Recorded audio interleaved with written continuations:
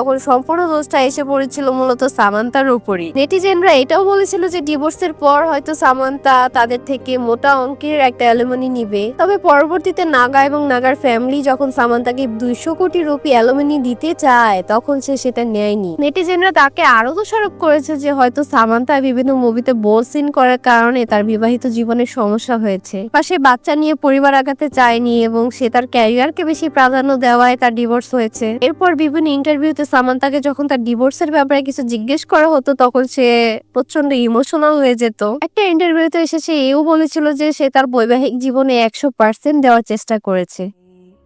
Gave my marriage 100%. It did not work out.